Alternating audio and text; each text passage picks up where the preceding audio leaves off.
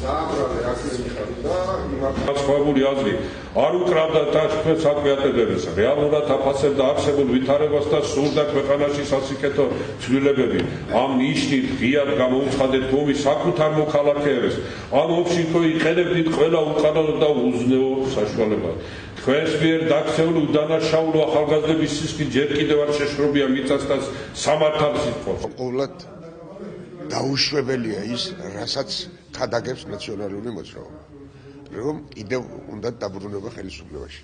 ქართველი ხალხი, საქართველოს მოსახლეობა არ დაუშვებს ამას. მე ამაში ხომ მათ ვარ დარწმუნებული, მაგრამ ჩვენ უნდა ვიყოთ ფხიზლად, ჩვენ უნდა ვიაროთ ფხიზლად, რომ კიდევ არ დაუშვათ შეცდომა და არ შევიდეთ ჩიხში, იმ ჩიხში, რომელშიც ვიყავით 9 წლის განმავლობაში.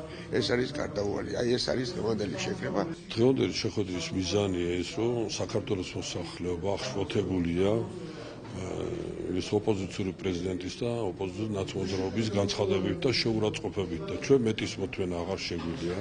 ვინაიდან უმრავლესობაში ჩვენი რჩეული ვინც არიან ხალხის გარჩეული შეიძლება თავს იკავებენ ვინაიდან პოლიტიკოსები არიან, მაგრამ ჩვენ შეურაცხყოფილი ვართ მთელი საქართველოს მოსახლეობა და სასწრაფოდ პრეზიდენტისგან ვითხოვთ ბოდიშს, ვაფრთხილებთ ნაცმოძრაობას, რომ ესეთი განცხადებები თუ გაგრძელდება, ჩვენ აუცილებლად დავიბრუნოთ და პარლამენტში კი აღარ შევუშვებთ.